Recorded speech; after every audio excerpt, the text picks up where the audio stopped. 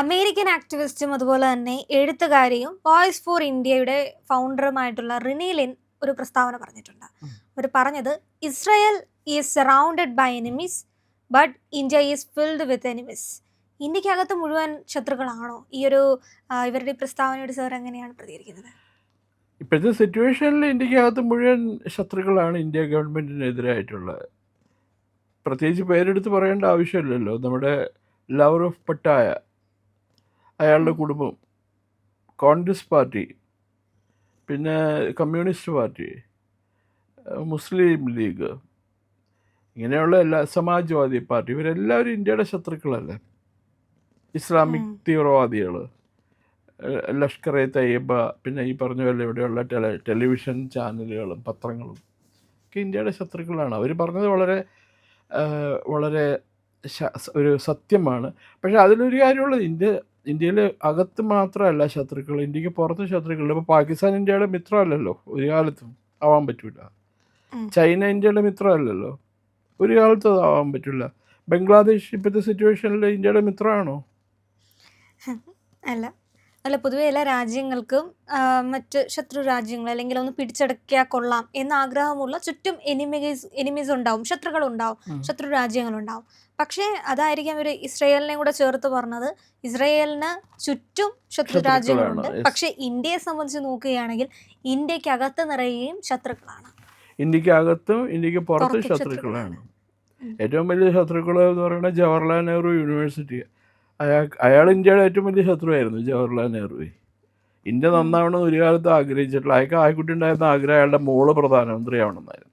അപ്പോൾ അവർ പറഞ്ഞ് റെനിയിൽ ഇത് എന്താ കാര്യം എന്നറിയാം, ഒരു കൗതുകകരമായ കാര്യമുണ്ട്. വളരെ പണ്ഡിതരായിട്ടുള്ള, വളരെ സ്കോളർലി പേഴ്സൺസ്, വിവരമുള്ള, വിദ്യാഭ്യാസമുള്ള, കൾച്ചറിനെയൊക്കെ പറ്റി പഠിച്ചിട്ടുള്ള ആൾക്കാർക്ക് എല്ലാവർക്കും ഇന്ത്യയോട് സ്നേഹമാണ്.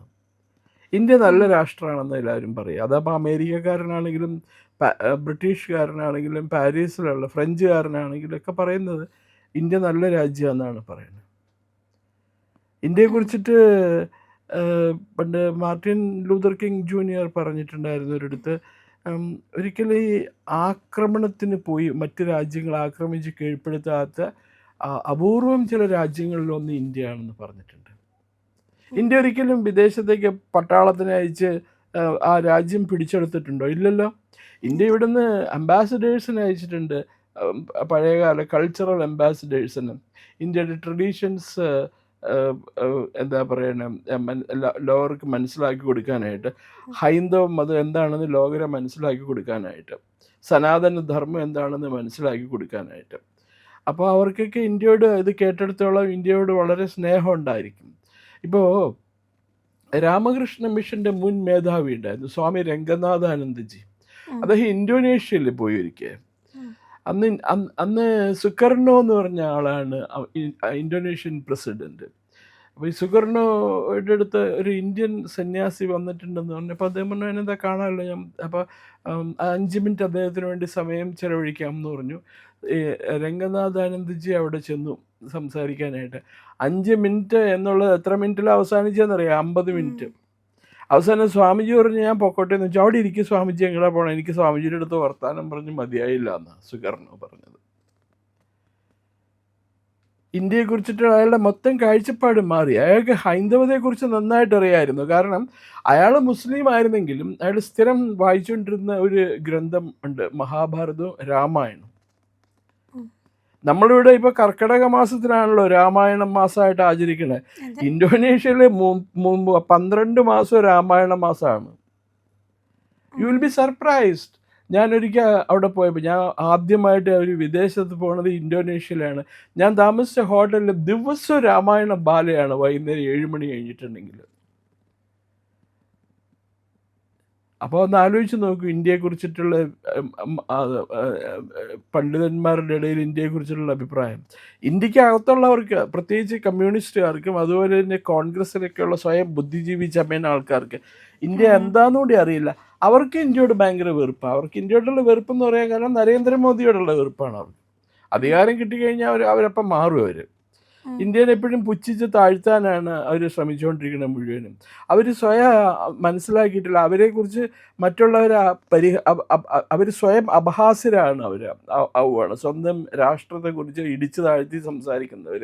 ഉദാഹരണത്തിന് നമ്മുടെ ഒരാൾ പ്രധാനമന്ത്രിയുടെ ഷർട്ടും തയ്പ്പിച്ച് കാത്തിരിക്കാൻ തുടങ്ങിയിട്ട് 10-20 വർഷമായി. എത്രയുള്ള അദ്ദേഹം ഇന്ത്യക്ക് പുറത്ത് പോയിട്ട് എന്ന് ഇന്ത്യനെ ചീത്ത വിളിക്കുകയാണ് ഞാൻ. ആളുടെ പേര് ഞാൻ പേര് പറയാതെ തന്നെ അറിയാമല്ലോ. അയാൾ പോയി കഴിഞ്ഞിട്ട് ഇന്ത്യനെ പറ്റി അത് പറയും, മോശമാണ്, അവിടെ വർഗീയതയാണ്, ആനയാണ്, ചേനയാണെന്ന്. അപ്പോൾ അവിടെയുള്ള വിദേശത്തുള്ള ബുദ്ധിജീവികളും സ്കോളേഴ്സൊക്കെ പറയണത് എന്താണെന്നറിയാം, ഇയാൾ എന്തോന്ന് മനുഷ്യൻ, ഇയാളെ വിശ്വസിക്കാൻ കൊള്ളില്ല, അയാൾ സ്വന്തം രാജ്യത്തിനെ കുറ്റം പറഞ്ഞുകൊണ്ട് നടക്കുന്ന ഒരുത്തിനെ ഇയാളെ കുടുംബത്തിൽ കയറ്റാൻ കൊള്ളില്ല എന്നാണ് പറഞ്ഞിരിക്കുന്നത്. അതുപോലെ ആയിരുന്നില്ലേ ഈ ഓപ്പറേഷൻ സിന്ദൂറിന് ശേഷം ശശി തരൂർ ആഗോളതലത്തിൽ ഇന്ത്യയെ പറ്റി അല്ലെങ്കിൽ ഇന്ത്യയുടെ ഓപ്പറേഷൻ സിന്ദൂറിനെ പറ്റിയിട്ട് സംസാരിച്ച സമയത്ത് ഇവിടുത്തെ കോൺഗ്രസ്സുകാരൊക്കെ പറഞ്ഞു, ഇയാൾ എന്ത് മനുഷ്യനാണ് അവിടെ പോയി മോദിയെ പറ്റി നല്ലത് പറയുന്നതെന്ന്. അന്ന് ശശി തരൂർ പറഞ്ഞൊരു കാര്യമാണ്, മോദിയെ പറ്റിയിട്ടല്ല നമ്മുടെ രാജ്യത്തെ പറ്റിയിട്ടാണ് പറഞ്ഞിട്ടുള്ളതെന്ന്. അത് എങ്ങനെയാണ് ഈ മോദി വിരുദ്ധത ഒരു രാജ്യവിരുദ്ധതയായി മാറുന്നത്? അല്ല, ഇപ്പം അതിപ്പോൾ ജനങ്ങളുടെ ഇടയിൽ നരേന്ദ്രമോദി എന്ന് പറഞ്ഞാൽ ഇന്ത്യയും, ഇന്ത്യ എന്ന് പറഞ്ഞാൽ നരേന്ദ്രമോദി എന്നുള്ള കൺസെപ്റ്റിലാണ്. കാരണം ഇന്ത്യക്കാരെ സ്വപ്നം കാണാൻ പഠിപ്പിച്ചത് നരേന്ദ്രമോദിയാണ്. ഇന്ത്യക്കാർക്ക് എന്താണ്, നിങ്ങൾക്ക് കിട്ടുന്നതൊന്നും എന്താ പറയുന്നത്, പീനട്സ് അല്ല, ബെനഫിറ്റ്സ് അല്ല, നിങ്ങൾക്ക് അർഹിക്കുന്ന കാര്യങ്ങളാണ് ഗവൺമെൻറ് തന്നുകൊണ്ടിരിക്കുന്നത്. അർഹിക്കുന്നത് തരാൻ പറ്റണല്ലോ, പക്ഷെ എന്നാലും ഞങ്ങളെക്കൊണ്ട് പരമാവധി നിങ്ങൾക്ക് എന്തെങ്കിലും നൽകാൻ ശ്രമിച്ചുകൊണ്ടിരിക്കുകയാണ് ഞങ്ങൾ. പിന്നെ നിങ്ങളാണ് ഇന്ത്യയുടെ ഭാഗധേയം തീരുമാനിക്കേണ്ടത് നിങ്ങളാണ്. ഇങ്ങനെ ഏതെങ്കിലും പ്രധാനമന്ത്രി പറഞ്ഞിട്ടുണ്ടോ? പറഞ്ഞിട്ടില്ല. ഇന്ദിരാഗാന്ധി പറഞ്ഞുകൊണ്ട് നടന്ന എന്താ, പ്രതിപക്ഷം എനിക്കെതിരെ ഏതു നേരവും കൂരമ്പുകളായിട്ട് നടക്കുക, എന്നെ കൊല്ലാൻ നടക്കുക, എന്നെ ഇല്ലായ്മ ചെയ്യാൻ നടക്കുക എന്നാണ് പറഞ്ഞത് പ്രതിപക്ഷം. അവർ തേരാപാരാ പറഞ്ഞുകൊണ്ടിരുന്നത്. അവരുടെ മകൻ രാജീവ് ഗാന്ധി ഇത് തന്നെയാണ് പറഞ്ഞുകൊണ്ടിരുന്നത്, മൻമോഹൻ സിംഗ് ഇത് തന്നെയാണ് പറഞ്ഞുകൊണ്ടിരുന്നത്. ഇന്ത്യക്കാരെ അവർക്ക് ഇഷ്ടമല്ല, അവർക്ക് ഇന്ത്യൻ പ്രധാനമന്ത്രിയാവണം ഇഷ്ടം. 20% വോട്ട് കിട്ടിയിട്ട് മറ്റുള്ള ഈ പറയുന്ന ഈർക്കിൽ പാർട്ടികളുടെ സഹായത്തോടുകൂടി പ്രധാനമന്ത്രിയായ ആളാണ് മൻമോഹൻ സിംഗ്. ഇത്രയും വർഷം അവർ അധ്വാനിച്ചിട്ട് അവർക്ക് 1985 തെരഞ്ഞെടുപ്പിൽ കിട്ടിയ 414 സീറ്റാണ് അവരുടെ ഏറ്റവും വലിയ റെക്കോർഡ് വിജയം. അതിനുശേഷം അവർക്ക് അതിൻ്റെ പകുതി സീറ്റ് പോലും കിട്ടിയിട്ടില്ല അവരെടുത്തും. എല്ലാ തവണയും മറ്റേ കൂട്ടി ചേർത്ത് തെപ്പിച്ച് ഓരോരുത്തരുടെ വാതൊക്കെ പോയി കാത്തുകെട്ടി കിടന്നാണ് അവർക്ക് പ്രധാനമന്ത്രി പദം അവർ കൈപ്പിടിയിൽ ഒതുക്കിയത്. അവർക്ക് ഇന്ത്യയോട് എന്നും വെറുപ്പാണ്. ശ്രീരാമൻ എന്ന് പറഞ്ഞ കഥാപാത്രം ജീവിച്ചിരുന്നിട്ടേ ഇല്ല എന്നാണ് പറയുന്നത്. ശ്രീരാമൻ ജീവിച്ചിരുന്നിട്ടില്ല എന്ന് പറയുന്നു. അതുപോലെ ഈ കരുണാനിധിക്ക് നടുവേദന വന്നു കഴിഞ്ഞപ്പോൾ അയാൾ ആദ്യം പോയ ആശുപത്രി ശ്രീരാമ മിഷൻ SRM ഹോസ്പിറ്റലാണ്, ശ്രീരാമസ്വാമി ഹോസ്പിറ്റലാണ്. അപ്പോൾ പണ്ട് ഈ സേതു സമുദ്ര ശ്രീരാമൻ പണിതതാന്ന് പറഞ്ഞപ്പോൾ ഈ കരുണാനിധി ചോദിച്ചതാണ്, അയാൾ ഏത് എഞ്ചിനീയറിംഗ് കോളേജിലാണ് പാലം പണിയാൻ പഠിച്ചത്? അപ്പോൾ ഈ SRM ഹോസ്പിറ്റലിൽ ചികിത്സയ്ക്ക് പോയപ്പോൾ അയാളോട് 1-2 രാഷ്ട്രീയക്കാരെ ചോദിച്ചു, BJPക്കാരെ ചോദിച്ചു, ശ്രീരാമൻ ഏത് മെഡിക്കൽ കോളേജിൽ നിന്ന് MBBS എടുത്തതെന്ന്. ഇവർക്കൊക്കെ ഇന്ത്യയോടുള്ള വെറുപ്പ് അധികാരം കിട്ടാൻ വേണ്ടി അവരുടെ ധാരണ ഇന്ത്യയെ പറ്റി വളരെ മോശമായിട്ട് പറഞ്ഞു കഴിഞ്ഞിട്ടുണ്ടെങ്കിൽ പുറത്തുള്ളവർക്കൊക്കെ തങ്ങളെ ഇഷ്ടപ്പെടുന്നതാണ് അവരുടെ ധാരണ.